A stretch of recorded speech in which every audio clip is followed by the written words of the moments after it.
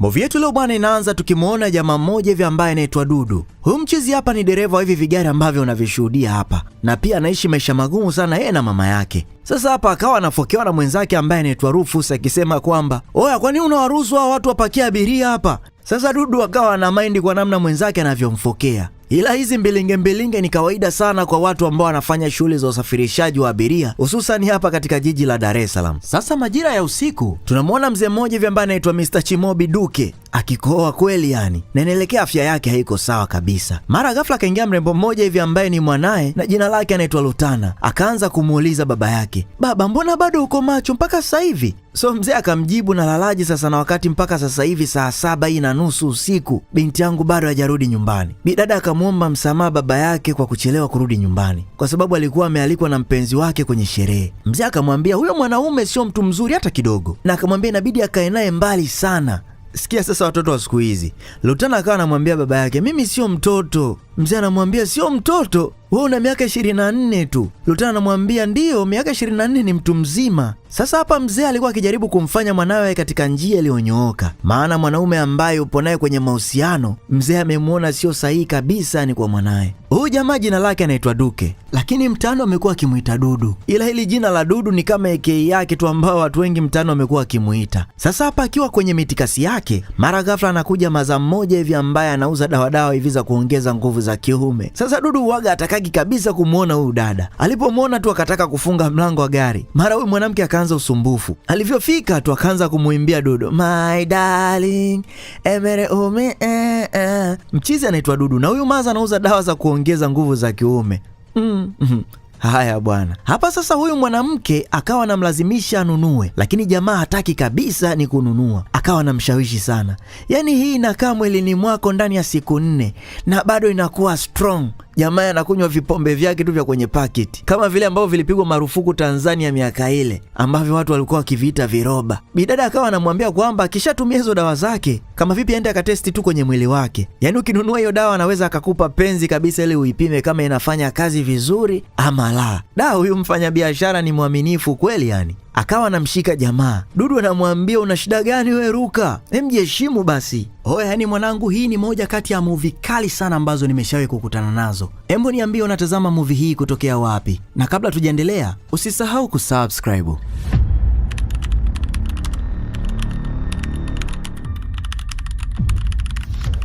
Umesha subscribe? Okay, sawa, tuendelee sasa. Sasa hapa bwana tunamwona Lutana akitazama picha ya mama yake ambaye alishafariki miaka iliyopita. Ghafla mzee wake akaja na kusema kwamba, "Nimemisi sana mama yako. Nilitamani kumwambia maneno mengi sana kabla kansa haijamuua." Sasa wakati wanaongea kuhusu mama yake Lutana, mara ghafla simu ya binti ikawa inaita. Mzee akamwambia, "Pokea tu, uende kawa ni simu muhimu." Basi bwana binti akapokea. Sasa jamaa ambaye ni mpenzi wake na Lutana akawa anaongea, "Oya, nini kinaendelea huko? Nimekupigia simu sana lakini hukupokea." Bidada akamwambia, "Nipo kwenye meeting na baba." "Okay, sawa. Vipi baba mkwe wangu, yuko poa? Anaendelea vizuri?" "Anaendelea vizuri, tunashukuru." "Unajua nini baby?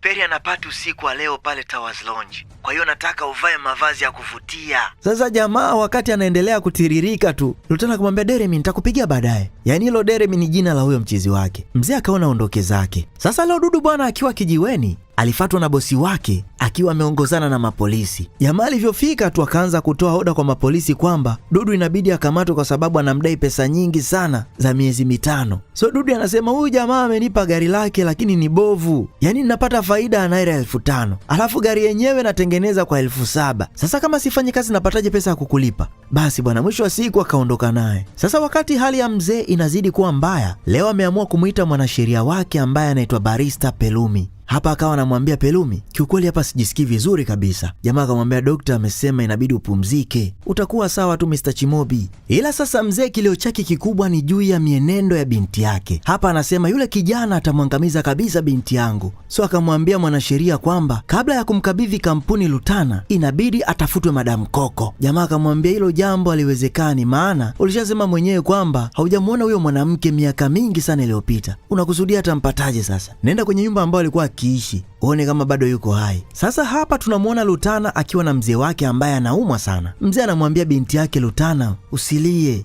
Sasa hapa Lutana akawa analia sana maana hali ya mzee ni mbaya. Then pia anafikiria kama mzee akifa leo anaweza akapata shida sana kurani kampuni na mambo mengine ambayo alikuwa akiarani baba yake. Hapa waliongea mambo mengi sana, lakini mwisho wa yote mzee akamwambia Lutana kwamba inabidi umtafute mwanamke mmoja hivi ambaye anaitwa Madam Coco. Sasa kutokana na kwamba mzee alikuwa akikohoa sana, alishindwa kumpa info kamili kuhusu huyo Madam Coco, yaani kumwambia kuwa Madam Coco ni nani, labda ana siri gani, labda ni kwa nini amtafute. Hakuweza kuongea vyote hivyo. Sasa leo bwana, tunamwona Dudu akipita kwenye mitaa fulani hivi akishua. Sasa sijui hata amefuata nini huku. Yaani alikaribia kabisa kwenye nyumba akina Lutana. Sasa hapa tunaona gari la wagonjwa likitoka hapa nyumbani kuelekea hospitali. Ila bila shaka hali ya mzee itakuwa ni mbaya sana. Dudu alishangaa sana, akaenda mpaka pale getini, akamzugazuga sana yule askari pale getini kwamba anataka maji ili aweke kwenye rejeta yake. Lakini ni kama vile kuna kitu alikuwa kikichunguza ujamaa. Sasa leo wakati Dudu ameingia kwenye mitandao ya kijamii, akakutana na habari ya kifo cha baba yake na Lutana bwana. Yaani hiyo posti aliposti Lutana kwa sababu Dudu amemfollow Lutana kwenye mitandao ya kijamii. Huwezi amini, jamaa alishtuka sana. Sasa hapa inabidi tuende sawa, maana kila tukio ambalo ninaliweka litakuwa na maana kubwa sana hapo mbeleni. Kwa hiyo inabidi tuwe makini. So kwa namna Dudu alivyoshtuka sio bure hata kidogo. Yaani ni lazima kutakuwa na jambo nyuma ya pazia. Dudu amekuwa akimfuatilia Lutana kwenye kila mtandao wa kijamii unaojua wewe. Sasa hapa jamaa yake na Dudu anaongea akisema kwamba sasa hiyo ndiyo fursa kwako. Mtumie salamu za rambirambi kwanza na umwambie kwamba utakuwa baba yake. Halo, shikamoo Bangi. Asi, kwa sasa atakuwa peke yake. Yaani jamaa amekuwa na mawazo sana baada ya kuona posti ya huo msiba. Sasa hapa tunamwona Lutana akiwa na mwanasheria wa baba yake ambaye anaitwa Barista Pelumi. Na hapa wanadiskasi mambo ya urithi. Hapa Lutana tageti yake kubwa, alitaka yeye ndo awe CEO mpya wa hizo kampuni za baba yake. Akawa anaongea akisema, Barista, umekuwa mwanasheria wa baba yangu kwa muda mrefu sana. So najua utakuwa unaelewa kila kitu kuhusu mali zake na dokumenti zake. Unajua Lutana, nimekuwa mwanasheria wa baba yako kwa miaka mingi sana, lakini hautachukua nafasi ya baba yako. What? Jamaa akawa anamwambia wakati afya ya baba yake inazidi kuzorota, alikabidhiwa karatasi ya kuisoma, yani kama wosia. Lakini hiyo karatasi mzee alisema kwamba isije ikafunguliwa mpaka apatikane Madam Coco. Kwa nini baba yangu anataka nimtafute Madam Coco ndio niweze kuwa na access ya mali zake? Yani sielewi kabisa. Sasa Lutana akawa anakumbuka kwamba mzee wake pia alishakumwambia juu ya huyo mtu ambaye anaitwa Madam Coco. Lakini mzee hakuweza kuongea zaidi juu ya swala hilo kutokana na hali yake ya kiafya ilichenji ghafla. Alitaka kuongea mambo mengi sana, ila ndio hivyo tena hakuweza. Sasa hapa Barista akawa anasema, yani sijui niseme nini, lakini mzee wako alitoa maagizo makali sana kwamba huo wosia nisiusome wala kukupa hati za mali zote mpaka pale utakapompata Madam Coco. Lutana anasema, yani sijui hata ni kwa nini baba alitoa maagizo kama hayo, maana sijawahi kuona au kusikia kutoka kwa mtu yoyote mwenye hilo jina la Madam Coco. Sasa hapa tunamwona Duke aka Dudu akiwa na bi mkubwa wake akimchua mkono. Mama anamwambia, nilikwambiaje kuhusu kupigana? Mungu amekupa nguvu za kufanya kazi mwanangu, na sio kupigana huko mtaani. Sasa Dudu akawa anamwambia mama yake kwamba wewe unachojua ni kunilaumu tu, lakini haulizi ni kwa nini nimepigana. Sitauliza chochote, wewe ni mwanangu. Kwa hiyo nitulie tuli tu niangalie watu wakimtukana mama yangu hiyo haiwezekani kwa kweli. Sasa Dudu na mama yake bwana wanapendana sana, na yeye ndo mtoto pekee yani, lakini pia wanaishi maisha ya kuungaunga kichizi yani. Na hapo umri wake ana miaka 26 tu, lakini kwa bahati mbaya elimu yake ni darasa la 4. Hapa akawa analalamika jinsi mambo alivyokuwa magumu kazini, na bi mkubwa akawa anampooza mwanae, calm down, calm down. Hebu cheki sasa wakati bi mkubwa anamchua mwanae. Jamaa kamaindi bwana, akaamua ondoke zake. Mama anamwambia jamaliza, jamaa kagoma kabisa kurudi. Mwamba anapitia mengi sana akiwa barabarani. Hapa tunaona gari yake imezingua, so abiria wote wakashuka wakaanza kudai pesa zao. Jamaa ikabidi awapatie, ila ndo vile tena akikutana na bosi wake ni mbanga kwa kwenda mbele. Sasa leo Lutana ameamua kuingia mtaani kuanza kumtafuta huyo Madam Coco. Yani ameulizia sehemu kibao, ila kila anapoulizia anapewa direction nyingine. Kiukweli alihaso sana. Sasa alifika sehemu fulani hivi ambapo kulikuwa kuna wauni walikuwa wakicheza karata tatu. Kuna majamaa wakamlia rada pale, huwezi amini bwana, walipita na ile pochi yake. Sasa wakati wanakimbia, Dudu alikuwepo hapa mtaani na huu ndo mtaa wake. Huwezi amini aliwakimbiza na mwisho wa siku akawakamata. Si unajua tena wauni wanajuana. Dudu aliwachimba mkwara sana hawa vibaka na mwisho wa siku walikubali kuachia pochi. Dudu ikabidi amkabidhi huyo demu pochi lake. Akamuuliza, unafanya nini tena kwenye hii mitaa? Demu anasema, kuna mtu nimekuja kumtafuta. Sio poa kutembea kwenye hii mitaa ese. Kuna vijana ni wauni sana, wanaweza kukudhuru. Jamaa alitaka kumchukua kwenye kagari kake, lakini manzi akamwambia kwamba amepaki gari yake mahali fulani hivi na hakuweza kuingia nao huku mtaani kutokana na barabara kuwa mbovu. Yaani hii mitaa unaweza ukasema hapa ni Tandale. Jamaa akamwambia basi inabidi yeye ndo amfuate kwenye gari lake. Sasa huyo manzi kama amwamini hivi mchizi, maana mwamba muonekano wake tu anaonekana kama ni muuni fulani hivi. Huyu sasa ndo Deremi mwenyewe ambaye ni mpenzi wa Lutana, na baba yake Lutana wakati akiwa hai alikuwa hamkubali jamaa kabisa yani. Na hapa jamaa na maindi kichizi kwa nini wa Madam Koko hajapatikana. Sasa demu wake akawa anasema kwamba hataki kurudi tena kwenye hiyo mitaa maana aliporwa pochi, so hataki kujiingiza tena kwenye matatizo. Ila jamaa kakomaa sana, anasema sijakwambia urudi huko, ila nilichosema ni kwamba mtafute Madam Koko upate kilichokuwa chako. Siku 5 zilizopita nilikuomba naira milioni 3, na hiyo kibongobongo ni sawa kama na milioni 5,140,000 fulani hivi. Yaani mzee hakutaka kabisa binti yake awe na mahusiano na huyu kijana, kwa sababu mwamba yeye ana mchongo wote hapa mjini zaidi ya kupiga jimu tu. Wapiga nondo hai, so amekuwa akimpiga vizinga demu wa watu bila aibu. Na hapa anamwambia kwamba anataka alipe kodi. Maskini mrembo wa watu anamwambia kwa sasa hiyo pesa kwake itakuwa ni kipengele kuipata. Ila jamaa hataki kuelewa kabisa. Na amekuwa mkali kweli yani, kama hiyo hela aliiweka au anamdai. Oya wanaume, tupigeni kazi wanangu. So poa. Mwamba anamwambia baba yako amekuachia kila kitu. Amekuachia hii nyumba, amekuachia kampuni, yani amekuachia mali zote. Unasema nini sasa?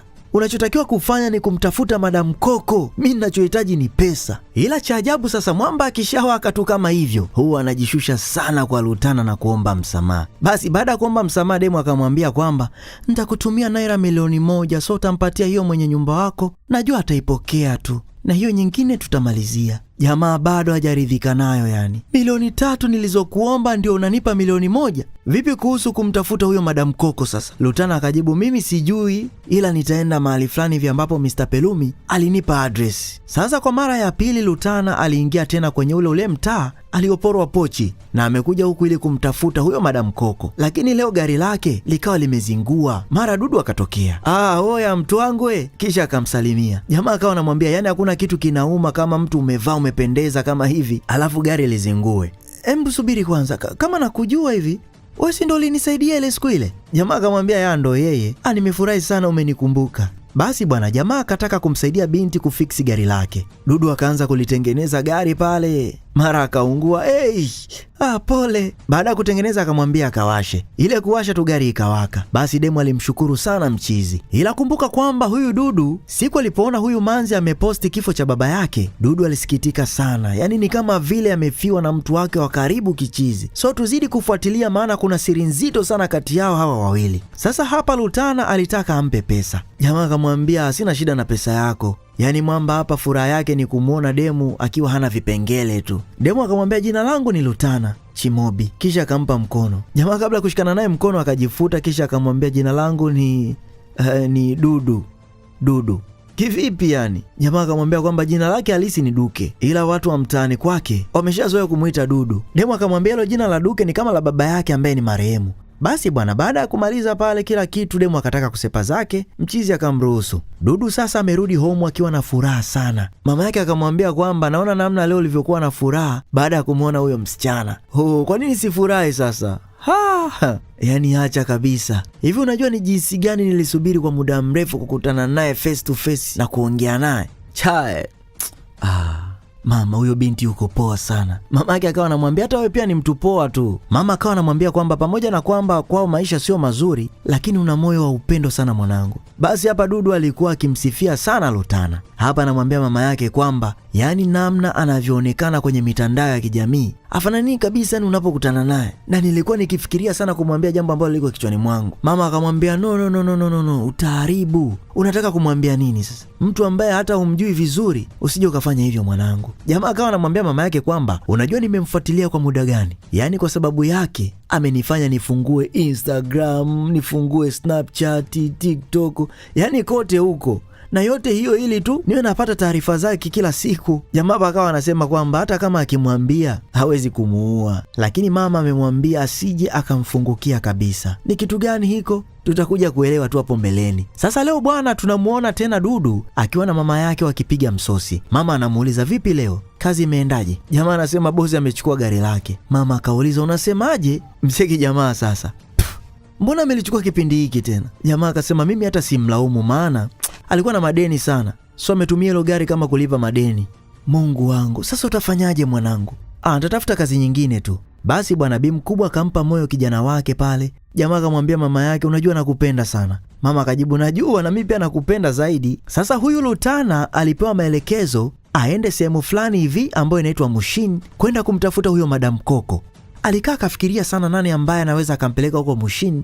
Akaona ni bora kumtafuta Dudu ili ampeleke. Sasa kesho yake Bi Dada akaamua kwenda mtaani kwa kina Dudu kumcheki ili aweze kumpeleka huko Mushin. Baada ya kuzunguka kwenye ile mitaa aliweza kukutana naye, hivyo akaongea, kisha akamwambia Dudu kwamba anataka ampeleke Mushin. Dudu akamjibu akamwambia kuwa kwa leo haitawezekana, maana muda umeenda sana, so inabidi wafanye kesho tu. Ikabidi wapeane namba za simu pale ili kesho waweze kuwasiliana ndio waelekee huko Mushin. Sasa hapa tunaona wakizunguka tu kumtafuta huyo Madam Koko, na hapa uwezi amini wamepita kwenye nyumba nyingi sana kuweza kumuulizia, lakini hawakuweza kufanikiwa. Yaani hapa anakutana na Madam Koko kama wote, ila sasa hakuna hata mmoja ambaye anajuana na baba yake. Yaani hata anapowaonyesha picha wanasema kwamba hawamfahamu. Ona kama hapa amekutana na huyu Maza, anamwambia jina langu ni Lutana Chimobi, mimi ni mtoto wa marehemu Duke Chimobi. Wewe ndo Madam Koko? Bi mkubwa anamjibu ndio, mimi ndo Madam Koko. Baba alisema nikutafute. Lakini mimi sina mtu ninayemjua ambaye anaitwa Chimobi. Yaani hapa Bi Dada alihangaika sana mpaka akawa anachanganyikiwa. Sasa huyu Dudu ni mtu wa matani sana. Hapa anamwambia Lutana kwamba vipi, kuna nini, mbona sura yako imebadilika ghafla hivyo? Duke, niache. Jamaa akasema ase siongei tena, sija kaniwasha makofi hapa. Basi bwana, siku inayofuata Dudu akaenda mpaka nyumbani kwa kina Lutana ili kwenda tena kumtafuta huyo Madam Koko. Duke, ulitakiwa ufike hapa saa 3 asubuhi. Acha makasiriko basi, mimi sina nauli mwenzako, alafu ujue nyumbani ni mbali sana. Jamaa akamwomba msamaha pale Lutana, mambo yakaisha. Sasa Lutana akataka Dudu awe dereva wake official kabisa ili awe anampata on time. Yaani hapa Minzi mchizi atakuwa anakaa hapa nyumbani. Jamaa alifurahi sana. Hivyo Dudu akaenda nyumbani kuchukua nguo zake ili aanze kuishi humu ndani. Lutana akamkaribisha. Duke, karibu kwenye kajumba kangu kadogo. Jamaa akashangaa sana, kisha akamwambia demu kwamba usije ukarudia tena kuongea ulichoongea. Hii ndo unaita kajumba kadogo sio? Basi Bidada ikabidi akamwonyesha chumba chake pale. Msikie jamaa sasa. Okay, room. Natumaini kutakuwa kuna AC huko. Demu akamjibu, yaani vyumba vyote humu ndani vina AC. Mchizi anaulizia AC. Sasa kwa alikotoka kuna AC kweli? Ilipofika asubuhi, Bidada akamtaka Dudu waweze kuelekea tena huko Mushin. Kabla hawajaondoka, Deremi akaja. Demu akakumbatiana na mchizi wake. Jamaa akamwambia, umependeza sana, thank you.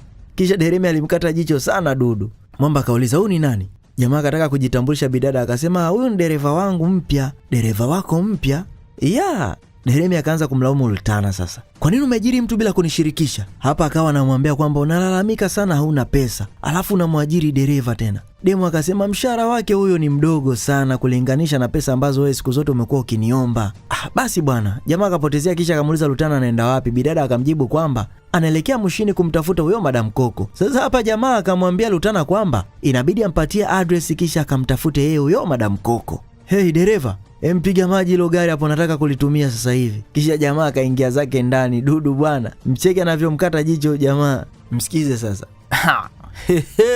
Sasa leo bwana Dudu amemfuata Lutana na kumwambia kwamba kuna jambo anataka kuzungumza naye. Lutana akauliza linahusu nini hilo jambo? Jamaa akaanza kuongea sasa. Umemwona yule jamaa aliyekuja jana? Yule ambaye ameondoka asubuhi ya leo. Ni nani yako yule? Ni boyfriend wangu. I say hapana. Mtu kama yule anakuwaje boyfriend wako? Demu akaanza kumaindi. Mimi sio kusema namdharau yule jamaa, hapana. Wewe mwenyewe unaelewa. Una uhakika nakupenda kweli yule? Lutana akaanza kummaindi Dudu, maana anampenda Deremi sana yani. Jamaa akamwambia sio kazi sana kumjua mtu anayekupenda. Sijui umenielewa? Yule jamaa ana shida sana. Yaani ana matatizo mengi sana. Mimi nimekaa mtaani naelewa. So ninapowaona tu watu wa namna ile huaga na wajua. Wewe si unaona tu kama jana muda wote anaongelea tu mambo ya pesa, mara pesa hizi, mara pesa zile. Yaani mpaka masikio yangu yakawa yananiuma. Jamaa baada ya kuona akapewa nafasi ya kufunguka, akaona uwanja si wake bwana. Aliongea vitu vingi sana. Lakini Lutana alikasirika sana na akamwambia hapaswi kabisa kuingilia mambo yake. Yaani mtu ameenda kumtafuta mwanamke ambaye atafanya nipatiwe urithi wangu, alafu wewe upo hapa unaongea upuuzi tu. Umesemaje? Demu anashangaa tu. Yaani ameenda kumtafuta mtu atakayekusaidia kupata urithi wako. Jamaa akamwambia usiruhusu mtu yote akakutafutia wewe mwanamke. Na kwa nini akamtafute yeye? Kwani yeye ni polisi au? Yaani unamwamini huyu jamaa sana wewe. Yaani kama nimekuamini wewe vya kutosha na kukuruhusu uingie ndani ya nyumba yangu, bila kujua background yako, basi naweza kumwamini mwanaume wangu. Jamaa akaona sepe zake tu. Lakini Lutana akamsonya. Ama kweli mapenzi upofu. Basi kutokana na kwamba Dudu alimkera sana Lutana, huwezi amini demu anataka kumfukuza Dudu aweze kuondoka nyumbani kwake, maana amekuwa mfukunyuku sana huyu jamaa. Sasa Dudu akawa anaomba msamaha, ila bidada hataki kabisa ni kumsamehe. Jamaa anamwambia usinifukuze kazi, sitarudia tena. Yaani wewe hauko serious na kazi yako kabisa, unajiingiza katika mambo binafsi ya bosi wako. Jamaa hapa alilalamika sana. Nimesema kachukue vitu vyako uondoke. Mara ghafla Deremi akaingia, wakakumbatiana pale, ila Dudu amebaki anashangaa tu hapa. Sasa Deremi amekuja na maza fulani hivi. Sasa tujui kama huyo ndio huyo Madam Koko au ni mama yake au ni nani. Maana mara ya mwisho wakati anaondoka alisema kwamba anaenda kumtafuta Madam Koko. Lutana akauliza, huyu ndo nani? Ni shangazi yako au? Come on, stop it. Akamwambia bi mkubwa akae kwenye kochi. Jamaa akamwambia Lutana kwamba amempata Madam Koko. Kwa hiyo huyu ni Madam Koko? Ndio mimi Madam Koko.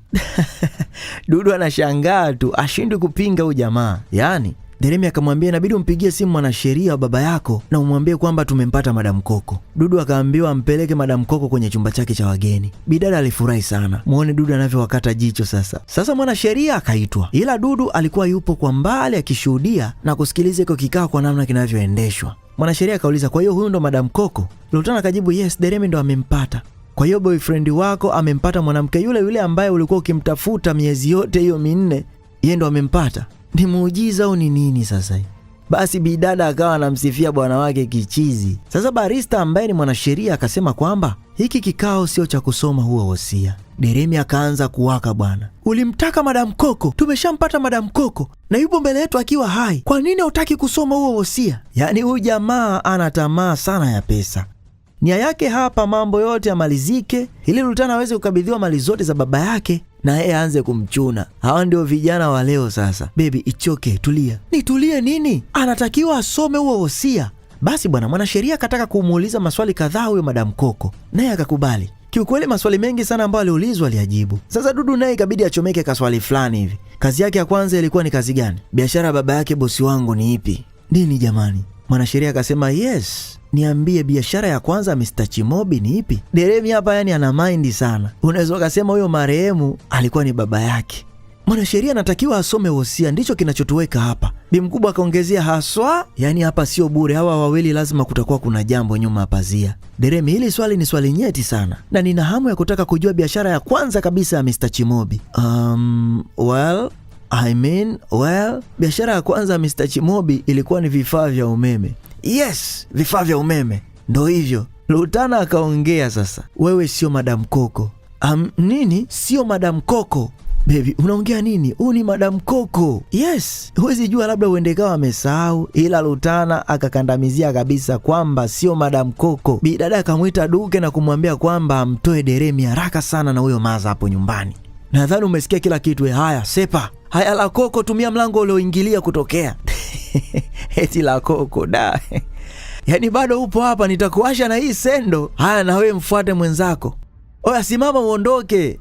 Simama usepe. Yaani hapa Deremi hamini kabisa kama anatimuliwa na jamaa ambaye ni kimbaumbau tu. Aha, kumbe ndo maana watu wanasemaga kwamba mtu ukifumaniwa unakuwa mdogo. Yaani unakosa nguvu haijalishi uko vipi. Sasa jamaa mwili lote hili limezinguliwa na mbavu mbili tu. Dudu anasema, yaani umemleta la Koko alafu unasema ni Madam Koko. Pumbavu. Sasa leo bwana, wakati Dudu anacheki zake mpira, Lutana akamfuata na kumwambia kwamba ajiandae, kuna sehemu anaelekea. Sasa kumbe jamaa alienda kununuliwa nguo za kutosha. Aisee, huyu mchizi ana moyo wa shukrani sana. Yaani alimshukuru Lutana kana kwamba sijui amepewa kitu gani. Ila bidada alianza kuonyesha moyo wa upendo uliopitiliza kwa Dudu. Ila kumbuka kwamba kuna kitu ambacho Dudu anatamani sana mwambie Lutana, lakini bado hajapata nafasi ya kuweza kuongea naye. Basi bwana, wakati Dudu anamshukuru Lutana, aliweza kupigiwa simu na mama yake. Akapokea akamwambia, yaani hautakufa mapema kabisa. Yaani sio muda mrefu nilikuwa naenda kukupigia simu.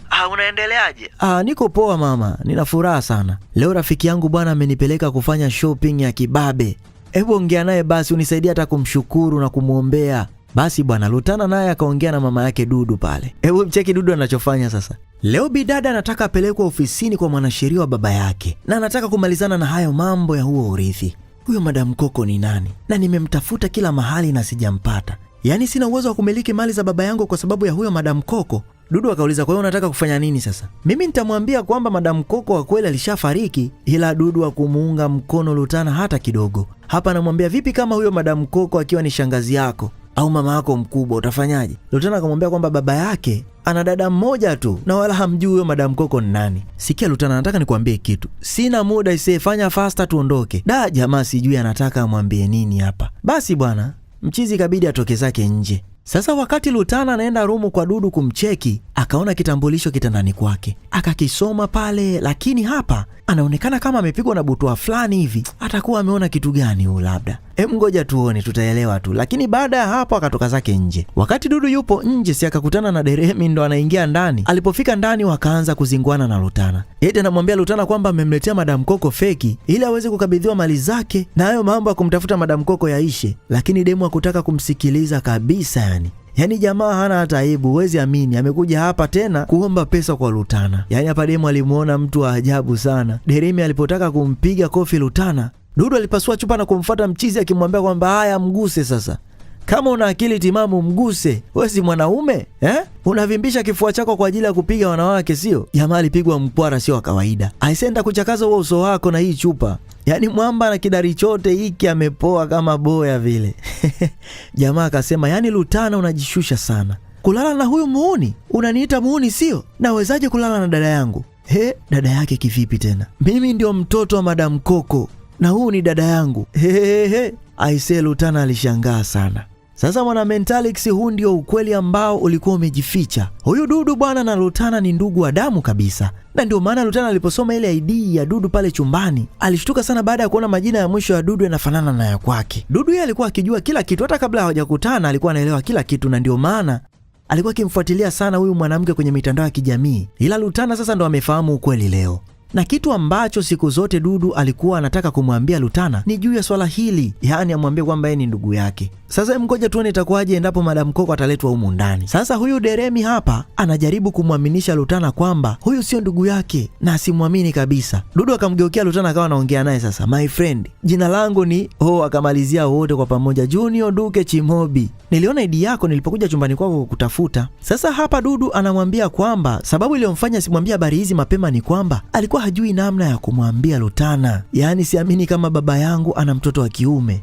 Kiukweli sikujua kabisa. Sasa wakati Lutana anajiuliza maswali mengi, Dudu akamwambia kwamba usijali, Madam Koko atakuelezea kila kitu. Nahitaji kumuona Madam Koko na maswali mengi sana ya kumuuliza. Sasa Deremi akataka kuingilia kati mazungumzo yao. Baby, unaongelea kuhusu nini? Wakamjibu wote kwa pamoja, nyamaza, unawazimu nini?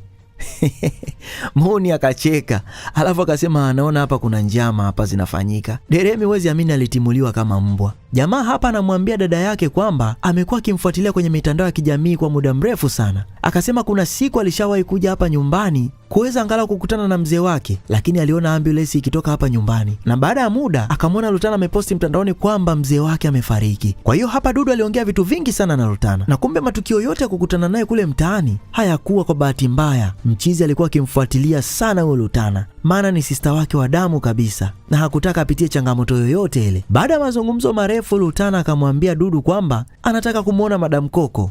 Wow, kumbe huyu ndo Madam Koko. Maza alipofika tu akaanza kushangaa mjengo. So hii ndo nyumba ambayo Duke alijenga kabla hajafariki? Maisha haya. Basi wakakaa chini hapa. Lutana akamuuliza mchizi, huu ndio mama yako? Jamaa akamwambia ndo yeye. Lutana akamuuliza, wewe ndo Madam Koko? Bi mkubwa alimjibu akimwambia kwamba jina langu mimi ni Emilia Okpara. Baba yako tu ndo alikuwa akiniita hivyo Madam Koko. Kwa hiyo baba tu ndo alikuwa akikuita Madam Koko? Basi hapa bi mkubwa alianza kufunguka vitu vingi sana, kwamba mzee Chimobi alikuwa akimuita Madam Koko kwa sababu alikuwa akiuza kokoa katika soko fulani hivi ambalo linaitwa Ejpaja, na huko ndiko alikokutana na huyo mzee Chimobi. Na baada ya kukutana tu alianza kufanya biashara pamoja. Lakini biashara ya kwanza kabisa ya mzee Chimobi, yeye kama yeye, ilikuwa ni biashara ya utengenezaji wa nailoni. Ila yule la Koko sasa aliyetimuliwa alisema eti mzee alikuwa akifanya biashara ya vifaa vya umeme. Anyway, bi mkubwa akaelezea namna mzee alivyomuacha akiwa mjamzito. Yaani alifunguka kila kitu. Na hapa anasema kwamba wakati walipoanza kufanya biashara pamoja, biashara yao aliipa jina la Duko. Yaani hiyo imecontain majina mawili, Duke na Koko. Sasa hapa Lutana akaanza kuamini, maana mzee wake alisha kumtajia biashara yake ya kwanza kwamba ilikuwa ni hiyo production of nylon na jina la kampuni lilikuwa ndo hilo Duko. So hizo habari alishawahi kuzisikia kwa mzee wake. Bi mkubwa alikuwa akilia sana, huku akielezea namna alivyohaswa na mzee Chimobi kupiga kazi kwa pamoja, lakini yeye mwisho wa siku alishia kuwa masikini. Na baada ya kupata mimba huyo Chimobi, alipomwambia mzee Chimobi kwamba ni mjamzito, mzee hakuikataa mimba na aliahidi kabisa kuitunza na kumlea mtoto wao katika malezi mazuri. Lakini baada ya mimba kufikisha miezi 8, mzee Duke alisepa na hakumuona tena. So bi mkubwa alijifungua mtoto wake na kumlea peke yake. Ila sasa alipofikisha miaka 8, mzee Duke alienda hapo nyumbani walipokuwa wanakaa mwanzoni na kumwambia kwamba yeye ameshaoa na ana mtoto wa kike tayari. Sasa huyo mtoto wa kike ndo huyo Lutana hapa ambaye unamuona. Na mzee Duke kumbe alimsaliti bi mkubwa baada ya kupata msichana ambaye kwao walikuwa wana pesa sana.